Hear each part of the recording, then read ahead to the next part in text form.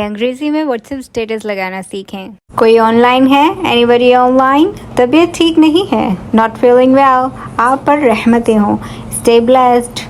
मेरी ज़िंदगी का सबसे खूबसूरत दिन, the most beautiful day of my life. खाना बहुत मज़े का था, द मील वॉज डिलिशियस।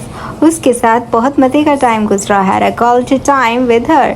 मेहमान नवाजी के लिए बहुत शुक्रिया, thank you for the hospitality. बिल्कुल सही, एब्सोल्युटली राइट, सही कहा, वेल सेड। आप सबको इत्तला दी जाती है, it is inform to all of you. Please सब उसके लिए दुआ करें, प्लीज़ प्रे फॉर। रो देने का मन हो रहा है, फील लाइक क्राइंग। बेहद खुश हूँ, ऑन द क्लाउड नाइन। हमेशा खुश रहो, स्टे हैप्पी फॉरएवर। खूबसूरत गिफ्ट के लिए शुक्रिया, thank you for the beautiful gift. दिन बहुत मसरूफ रहा, हैड अ बिजी डे। बहुत थक गया हूँ, डेड टायर्ड। बूंदाबांदी हो रही है, ड्रिजलिंग हेयर। बहुत तेज बारिश हो रही है।